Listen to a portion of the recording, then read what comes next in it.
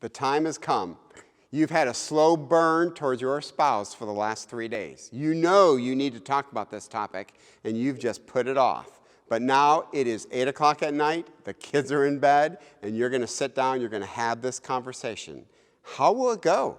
Well, if you were to consult John Gottman, the leading marital researcher in the world, he would say this: I can tell you how that conversation is going to go based on the first minute.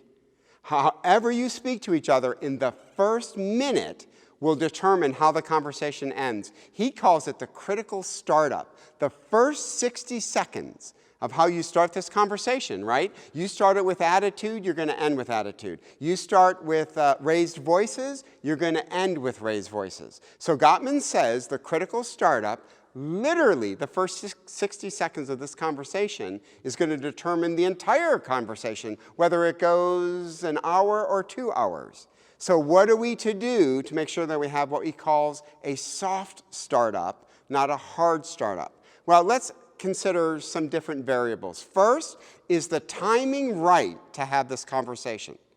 Are you ready to have it? Are you physically tired? Are you hungry? Is this a good time to talk? Now, Noreen and I have been married for 30 years. Noreen knows there are certain times to say something to me and certain times not to say something to me. For instance, the Muehlhoff men like to eat, right? So if you're trying to have this conversation before dinner and I'm hungry, that is a horrible time to have this conversation. Noreen has learned, after 30 years, after dinner with a cup of coffee is the best time to have a conversation. I could be sitting there with a cup of coffee, and Noreen could literally say to me, honey, half the house burnt down. And I'd be like, it happens, right? So make sure I'm hungry. And I would add this.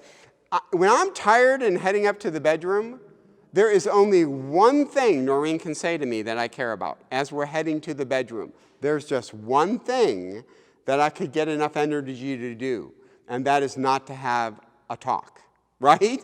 So we need to find the right time that is good for both of us. And I'm not just talking about the time of day. If you've had a crazy week, maybe Friday isn't the best time to have this conversation. Maybe have a time to unwind on Saturday and then plan to have the conversation on Sunday. We've already had a mini talk on how to spiritually prepare for this conversation. So ask the question, is the timing right? Second, is my focus right heading into the conversation? For example, are you going to focus on a bunch of issues? Or are you going to focus on just one issue? Women, let me say something that comes from John Gottman.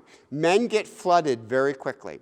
If you talk to a man about more than just one issue, a man literally shuts down defensively. Now, I get it. You're busy, so sometimes a huge mistake we make is, okay, we're finally going to have this talk about our relationship, right? So I've gone to Kinko's. I have a colored chart. Here are 10 things I've put in order of importance because we're finally going to have a talk about this relationship, and we're going to talk about everything, right? In 3 hours, we're fixing our marriage.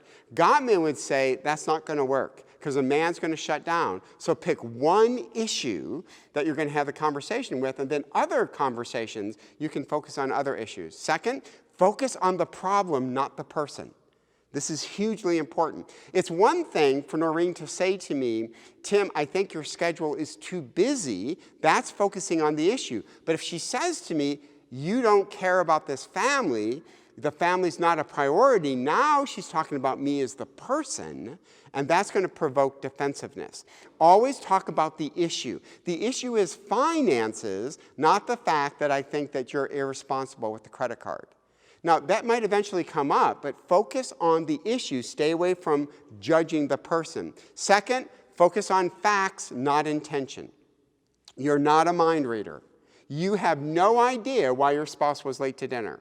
Now, you might think, I know exactly why my spouse was late to dinner, but you don't know exactly what the intention was of him or her walking in late. Just focus on the fact, which would be, honey, I get frustrated when I've taken all this time to make dinner and you come in late. Don't judge why they're late. And then lastly, we need to focus on the word selection that we use, right? Paul says an interesting thing in the New Testament. He says, let no corrupting talk come out of your mouth, but only that which is good for edification. In the Greek, that word corrupting actually was a word that you would use for rotted fruit or rotted meat. That's what the Greek word meant. I actually had my students do a very interesting experiment. In one of my classes, I went and bought 40 bananas. By the way, let me just say, you know how expensive 40 bananas are?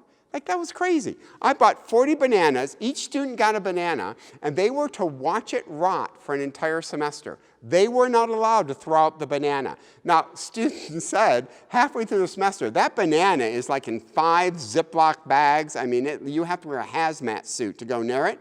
But here is my point. I want you to journal every week about what a rotted banana looks like. Then I want to compare that to your speech. What are ways that your speech represents a rotted banana? What are the things you say that are hurtful, that are unkind? Paul is saying, I want you to put away rotted speech. Only speech that is good for edification. That word edification means I say this to help you. I don't say this to punish you. I don't say this to get back at you. I'm saying this because I think this issue has to be resolved for us to move forward and for you to move forward. Paul says, put away all this rotted speech. Now, how do we know what our speech is like? That most likely is going to come from your spouse. So have a courageous conversation where you say, when I speak to you about issues in our marriage, how do you interpret my words? Are they rotted or are they life-giving?